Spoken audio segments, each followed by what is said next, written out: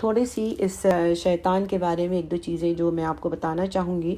وہ یہی ہے کہ یہ جو آیت جس میں شیطان کا ذکر کیا گیا ہے، یعنی جس میں یہاں پر خاص طور پہ شیاطین اور انس کی جو بات کی گئی ہے، اس میں فتادہ اور مجاہد کہتے ہیں جس طرح جنوں میں شیاطین ہے اسی طرح انسانوں میں بھی شیاطین ہیں۔ مالک بن دینار کہتے ہیں کہ میرے اوپر انسانوں کے شیاطین جنوں کے شیاطین سے زیادہ سخت ہیں۔ اس کی وجہ سے جب میں تعوذ پڑھتا ہوں یعنی اعوذ باللہ من الشیطان الرجیم تو جنوں کا شیطان مجھ سے دور ہو جاتا ہے، لیکن انسانوں کا شیطان میرے پاس آ کر مجھے اعلان نافرمانیوں کی طرف گھسیٹ کر لے جاتا ہے۔ یعنی جو شیطان نما انسان ہوتے ہیں وہ تو پھر انسان کے پیچھے ہی بڑھ جاتے ہیں۔ انسانوں کا شیطان جیسے ابو جہل تھا، وہ ابو طالب کے پاس آخری وقت تک کس طرح پہنچ گیا اور انہیں حق قبول نہ کرنے دیا۔ حقیقت یہ ہے کہ آخرت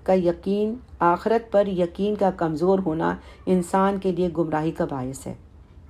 جب انسان آخرت کو بھول جاتا ہے تو پھر دنیا کی اٹریکشن اس کو اپنے اندر کھینچ لیتی ہے اور وہ دنیا کی باتوں اور دنیا کے لوگوں کی خوبصورت تعویلات، خوبصورت باتیں جو انہوں نے دین کے بارے میں، آخرت کے بارے میں کر رکھی ہیں، اس میں گر جاتا ہے، کیونکہ انسان بہرحال اپنی خواہشات کے آگے کمزور ہے۔ ایک طرف دین اور دلیل ہوتی ہے، دوسری طرف خواہش نفس ہوتی ہے۔ جب انسان کے اپنے اندر بھی جب انسان کے اپنا جو ہوتا ہے، اس کے اپنا اندر جو اس کا ضمیر جسے کہہ دیں اندر کمزور ہو، ایمان اور یقین بھی کمزور ہو، اور پھر ساتھی اور مجلس اور صحبت بھی ایسی ہو تو پھر ہدایت کا راستہ مدھم ہو جاتا ہے اور ہدایت پہ چلنا مشکل ہو جاتا ہے۔